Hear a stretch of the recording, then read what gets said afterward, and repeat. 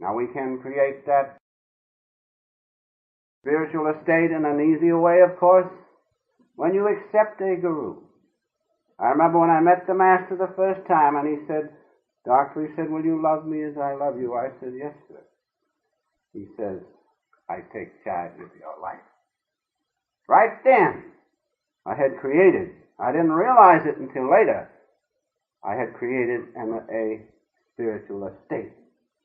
The greatest thing I could have done. Now each and every one of us can do that. Because as Jesus said, "I am gone from you, but still I am with you." So the Master, who is not with us in body, he is with us in spirit, in a far greater and a closer way.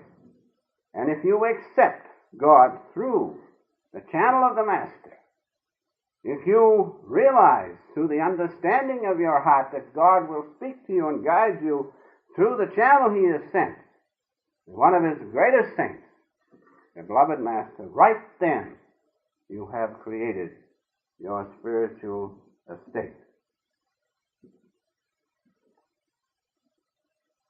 I'd like to read at this time the Master's definition of true prosperity.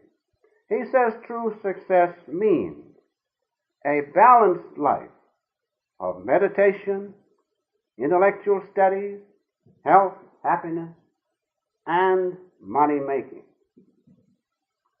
In other words, spiritual side is necessary, therefore meditation, of course, is the greatest, because that gives us God contact. Intellectual studies are necessary, because unless we understand certain things, we cannot experience those things, and through experience we progress. We may know about the spiritual centers of the spine through the intellect. We may know about the modus operandi of the different senses of the body. But until we experience those through meditation, they are not really our own. So it is necessary to have some intellectual development. Not book learning, but just to use the intellectual development to stimulate you to make those experiences your own through self-realization. A little story comes to my mind, speaking about intellectual study and book learning and so forth. We must at least know something. We cannot be morons, so to speak. And these two gentlemen were talking together. One said to the other, he says, I'm going to have my fortune told. You can begin now to get their level of intellect. He says, I'm going to have my fortune told. Bill, he says, shall I go to a mind reader or shall I go to a palmist? Well, Bill says, by all means, he says, you go to a palmist. It's obvious, at least you have a palm. So, we must not be devoid of some intellectuality. It is good. But when the intellectuality develops into the prime function of your life to know through books this and that and this and that, that's nothing. But when you use that even moderate amount of intellect to lead you to the experience of the truth by realizing those things, that is right.